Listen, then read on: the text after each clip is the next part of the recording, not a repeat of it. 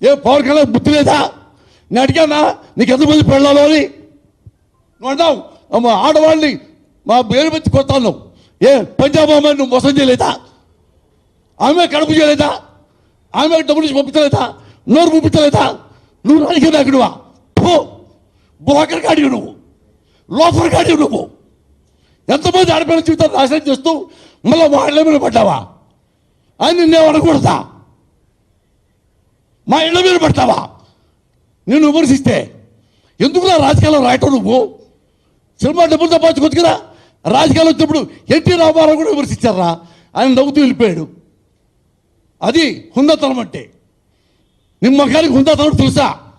హుందాతనం స్పెల్లింగ్ తెలుసా? ఒక లోఫర్ కాడివి. ఎంతమంది అమ్మాయిని నాశనం చేశావు. ఆయన వ్యక్తిగత విషయం ఇప్పుడు దాకా మాట్లాడాల.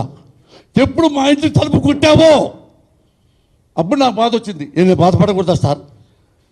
నా పేరెంట్ ఏంటో నాకు బాధ రాదా? ఇది వ్యక్తిగత విషయమా? రేపు మీ ఇంట్లో పిల్లలు కూడా అంటే మేము వెనక్కిపోతామా? వాళ్ళ పిల్లలు కదా, సీజన్ల పిల్లలు కదా, నాకెందుకని ఊరుకుంటారా? నేను రానా మీరు పిలిస్తే? ఏ కొత్తగా వచ్చాడైనా ఆ మెట్లు ఆయన రండి 12 మెట్లు మొబలయ్య ఇది ఇచ్చాడా? 2 years బ్యాక్ ఇచ్చాడే డబ్బులు. నేను పబ్లిసిటీ చేసుకోవాలా? నువ్వు సినిమాలో వేషం వేసావు కాబట్టి ఆయన ఆ టూను వాడుకున్నావు కాబట్టి డబ్బులు ఇచ్చావు. నేనేమిలా నేను నా భార్య అది చూసి అది ఎంత గొప్ప కళాకారుడు చెప్పి నేను ఏబిఎన్ లవ్కి వెళ్ళాం. మావిడ బట్టల గురికి వచ్చింది, బట్టలు కూడా పెడదామండి అని మావిడతో కాళ్ళ దండం పెట్టించా ముగిలికి లైవ్లో బట్టలు ఇచ్చి డబ్బులు ఇచ్చాం. ఇది కన్నా ముందే ఇచ్చావు, ఇప్పుడు కొత్తగా చెప్తున్నావు మొగలై మేము ఇస్తున్నామని. నేను ముందుంటా సార్. మీరు అన్నారే తెలంగాణ అని. తెలంగాణ వాళ్ళు చాలామందికి నేను గుండె ఆపరేషన్ ఇచ్చానండి ఆంధ్ర డబ్బులతోనే. కరీంనగర్లో శ్రీరాముడు ఉన్నాడు, బతకడని చెప్పాడు. మన్నం గోపించదు గారు 50-50 మురళి నువ్వు ఆపరేషన్ చెప్తాడు, చచ్చిపోతే అవుతున్నాడు. చేయండి సార్, ఏం కానీ నేను చూసుకుంటాను. 1,00,000 క్యాష్ ఇచ్చా, బతికాడు. ఇప్పుడు వ్యవసాయం చేసుకుంటున్నాడు. ఓ 10 నెలల పిల్లకి ఆపరేషన్ చేయించా. వాళ్ళు 15 చేయించారు సార్. ఇందులో 5-6 మంది తెలంగాణ పిల్లలు ఉన్నారు, అందరూ బతికారు. నా డబ్బు నాకు. అప్పుడు నేను ఆంధ్ర తెలంగాణ చూశానండి. ఆంధ్ర తెలంగాణ చూశానా? ఆంధ్రవాడు కూర్చొని సరిపోయింది అన్నాడు. ఈ ఆంధ్రవాడే కదా సార్. ఆ 1,00,000 ఇచ్చి ఆ శ్రీరాములు బతుకున్నాడు ఇప్పుడు కరీంనగర్లో. మీరు ఇచ్చారా? నేను ఇచ్చారు కదా. నాకు 2 ఇచ్చా. నేను ఆంధ్ర తెలంగాణ చూడలా. ఇప్పుడు నా బాధ వచ్చింది. పాలిటిక్స్లోకి ఒక వికృత రూపమైన ఆషాఢభూతి వచ్చాడు. వాళ్ళు బయట పెట్టాలి, బయట పెట్టనివ్వరు. ఎగబడుతున్నారు నా మీద. నాకు మానభంగం చేస్తున్నారు, నన్ను ఇంటరాగేట్ చేస్తున్నారు. ఎంతవరకు న్యాయం సార్ ఇది? అలాంటి దుర్మార్గుడిని మీరు కోపడాల్సింది పోయి నాకు సానుభూతి చెప్పాల్సింది పోయి ఆయన సానుభూతి కొరకటల్లా. మా బతికేటట్టు మాకు తెలుసు, ఎంత హాననుకుంటామో మాకు తెలుసు. ఇక్కడ చాలామంది తెలుసు మా కుటుంబం. అలాంటి కుటుంబాన్ని బయటపెడితే ఏ సార్ నేను బాగా చెప్పుకోలేనా? చెప్పుకోకూడదా? దాన్ని మీకు నాకంటే మీకు ఎక్కువ కోపం రావాలా? నాకంటే మీకు ఎందుకు సార్ ఎక్కువ కోపం వస్తుంది శ్రీరామ్ గారు? ఎలా వస్తుంది నాకంటే మీ కోపం? దెబ్బ నాకు తగిలింది, నొప్పి నేనే పడాలి. మీరు నొప్పులు పడతారేంటి సార్? మీరు నొప్పులు పడుతున్నారు. I'm crying inside because of your behaviour. ఇది వ్యక్తిగత విషయమా సార్? ఇవాళ నా భార్య అయింది, రేపు మీ భార్య అవుతుంది. మీరు బాగా సరిగ్గా రాసుంటే మీ భార్యను డిమోరల్ చేస్తారు. ఇలా నవ్వుకుని రాస్తారా సార్? నవ్వుకుంటూ ఏ పోలీసుల్లో కేసు పెట్టరా? హంబుల్గా ఉండి చీర్ఫుల్గా రాసుకుంటూ ఉంటారు ఎడిటోరియల్లో. ఏ సార్? అతనేమో రాజకీయాల్లో మీకోసం వచ్చారంటాడు. మీకోసం వస్తే ఎందుకు సార్ నా భార్యను 2 మీద పడేస్తాడు? ఇంతకాలం అడగండి, ఎప్పుడు పవన్ కళ్యాణ్ పెళ్ళిళ్ళ గురించి కానీ అతను ఎంతమంది మోసం చేశాడు వాళ్ళ గురించి కానీ ఎప్పుడు నేను లైఫ్లో మాట్లాడాల. అందరూ మీరే సాక్షి. నేను అన్నాను కూడా, టీవీలో అతను సపోర్ట్ చేశా. ఏమయ్యా అతను పర్సనల్ విషయాలు మీకు ఎందుకయ్యా?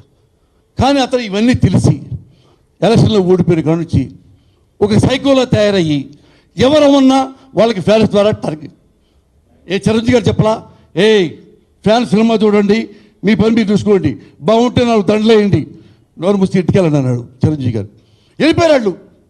అవి నేను తెలియజెప్తున్నా, ఈ సైకో గాడికి తెలియజెప్తున్నా, పవన్ కళ్యాణ్ సైకో వెతవకి చెప్తున్నా, ఒరే సైకో వెధవా, నీకు ఒక ఆడపిల్ల ఉంది, ఆ పిల్ల పెద్దదవుతుంది, గుర్తు పెట్టుకొని నేను ఇంకా బతికే ఉంటాను. రక్త కన్నీరు పెట్టుకుంటావు దరిద్రపు నా కొడక. నా భార్య నిన్ను మాట్లాడేందుకు నిన్ను ఏమైనా అవసరా? ఇది చట్టం, సమాజం, ప్రజాస్వామ్యం, న్యాయస్థానం అన్నీ ఉన్నాయి కాబట్టి నేను అనలేకపోతున్నా. అందుకని లిమిట్ దాటి అనలేకపోతున్నా.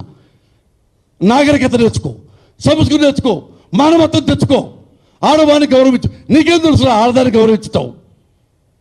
నువ్వు పొల్లకి చీర కట్టినా చీర చూస్తావు అమ్మాయి ఎవరని. నువ్వు చూడా మార్కు, నీ వ్యక్తిగతాలు తీసేయి. నీకు కుదరకపోతే నువ్వు రాజకీయాల నుంచి వెళ్ళిపోయి ఏ చావైనా చావు. ప్రైవేట్ జీవితం నీ వ్యక్తిగతం, రాజకీయాలు పబ్లిక్. నువ్వు ఇదే కనుక ఈ రోజు రేపో ప్రెస్ మీట్ పెట్టి నీ స్పెషల్ సైకో ఫ్యాన్స్ కనుక ఇట్లాంటి పిచ్చి వేషాలు వేయొద్దు, ఎవరి గురించి మీరు మాట్లాడుకోవద్దు, పాలిటిక్స్ విషయం మేము చూసుకుంటాము అని నువ్వు రేపు చెప్పావా ఓకే. చెప్పకుండా ఈ ఫోన్లు ఇలా కంటిన్యూ వస్తే నువ్వు ఎలాగైనా నా భార్య బిడ్డలు తిట్టించావో నీ భార్యని మీ అమ్మని అలాగే నేను తిడతాను, అలాగే తిడతాను. చిరంజీవి గారు, మీ ఇంట్లో ఆడపిల్లలు ఎంత గొప్పవాళ్ళు, నా ఇంట్లో నా భార్య ఎంత గొప్పది. మీ ఇళ్ళలో ఆడవాళ్ళకైనా సెలవులు ఉంటాయి, మా ఆడవాళ్ళకి సెలవులు బా. ఏ సిగ్గు లేదా మీకు? మీ కుటుంబానికి వాటి కంట్రోల్లో పెట్టుకోలేరా? మీ తమ్ముండి ఏ మీ అమ్మ, మీ భార్య, నీ కూతుళ్ళు పవిత్రంగా ఉండాలా? మా ఇళ్లలో మేము నిజాయితీగా నన్ను ముక్కలు మాట్లాడితే మా ఇంటి వాళ్ళంతా వ్యభిచారులా? ఏ ఈ బాధ నేను పడకూడదా? నా భార్యని ఇలా మాట్లాడుతుంటే వ్యక్తిగత విషయాలు అంటారా? ఎక్కడ చల్లని చూస్తారు? ఇది నేను చదువుకున్న ఎంఫిల్, నాకు తెలిసినంత నాకు వచ్చు. దానికి ఇంత గొప్పగా మాట్లాడుతున్నారు మీరు. మీ పర్సనల్ విషయాలు అంటే ఎవడు పర్సనల్ విషయాలా? ఇది పర్సనల్ విషయాలా? నేనున్నా సార్ గొప్ప పెట్టానా? ఎంత పర్సనల్ విషయం సార్ ఇది? ఆంధ్రవాళ్ళు అడుగు పెట్టడం తప్పని ఒక మహానుభావుడు చెప్తాడు. జల్లి ఏంటి సార్ చెప్తాం? ఇంకెక్కడ సార్ మోరల్స్ ఉండేది ఇక్కడ? ఇంకెవడు చెప్పుకోవాలి సార్? మేము మీడియాకి చెప్పుకోక, ప్రభుత్వానికి చెప్పుకోక ఎవడు చెప్పుకుంటాం? మీక ఇంతకంటే దారుణమని మీరు వెళ్ళలేదా?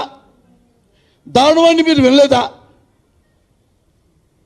నేను రాజకీయ నాయకుడి ఒక వికృత రూపం చూపిస్తున్నా, అదే ఆలోచించండి సార్. ఒక వర్డ్ కాదు మీరు ఆలోచించాల్సింది. ఒక తిట్టు వల్ల సమాజం పాడైపోదు, ఒక అబద్ధం వల్ల సమాజం పాడవుద్ది. తిట్టు వల్ల ఎప్పుడు పాడైపోదు.